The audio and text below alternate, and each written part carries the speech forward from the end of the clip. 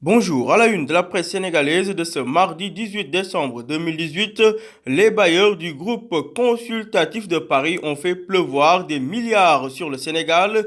Pour le journal L'Observateur, Macky Sall a explosé les coffres. En effet, au groupe consultatif de Paris, le Sénégal a récolté 7 356 milliards de francs CFA en un jour. À ce propos, le président Sall révèle sans détour que tous les projets inscrits dans le PAP 2 seront exécutés. Bruno Le Maire, le ministre français des Finances, tresse des lauriers au président Macky Sall.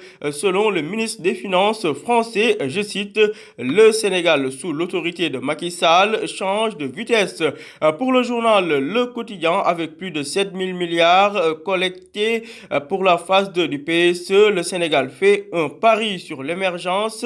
Macky Sall, lui, se veut rassurant et confie aux Sénégalais que les ressources seront utilisées de façon efficiente. Vox Populi, toujours concernant l'engagement des bailleurs du groupe consultatif de Paris, renseigne que le Sénégal a obtenu le double du montant recherché par Macky Sall pour la phase 2 du PSE avec 7 356 milliards. Selon Amadouba, ceci est un succès jamais égalé. Pour le quotidien Libération, le tapis rouge a été déroulé pour le Sénégal lors du premier round du groupe consultatif Macky 7 356 milliards au cœur, titre Libé, qui fait là un clin d'œil au nouveau titre de l'ouvrage du président Macky Sall, Le Sénégal au cœur.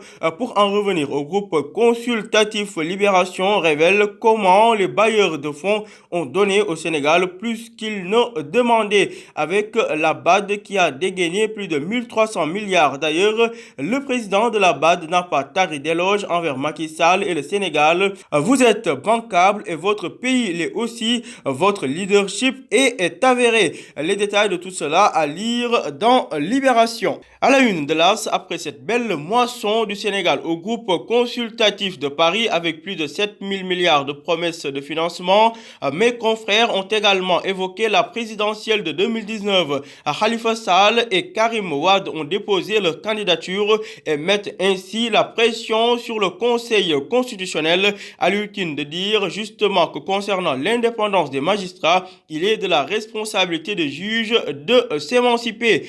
Pendant ce temps, la crise sévit toujours dans le secteur de la justice. Le garde des Sceaux, Ismaël Madior Fall, rencontre aujourd'hui le Sud-Just, nous dit l'AS, qui nous fait part du décès de la mère de Moustapha Niasse, de président de l'Assemblée nationale. À la une des Échos, l'avant-dernier acte de la bataille commune de Khalifa Sall et Karim Wade a été posé hier au Conseil constitutionnel.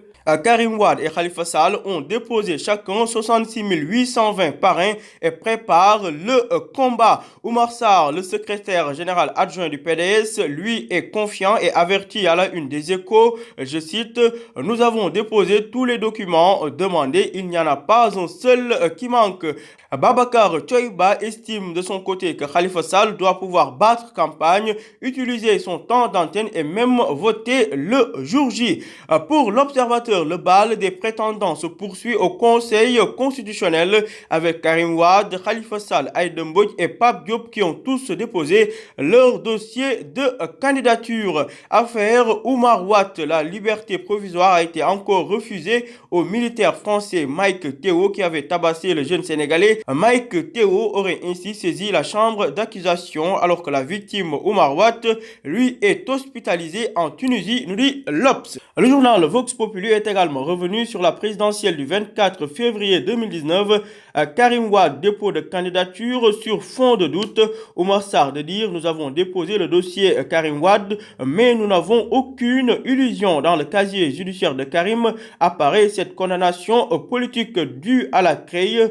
Toujours, selon le mandataire du candidat du PDS, Wade fils a reçu sa carte d'identité CEDEAO, mais au verso, il est écrit qu'il n'est pas inscrit sur les listes électorales. Les khalifistes, de leur côté, sont convaincus de la recevabilité du dossier de leur candidature.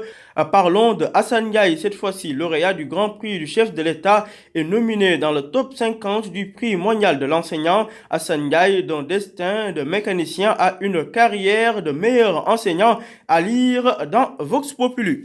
Terminons avec du sport. Stade revient sur le tirage des Ligues des Champions, huitième de finale de feu en février avec Paris Saint-Germain, Manchester United, Liverpool, Bayern, Atlético de Madrid, Juventus de Turin. Rien que ça, à vos journaux et bonne lecture.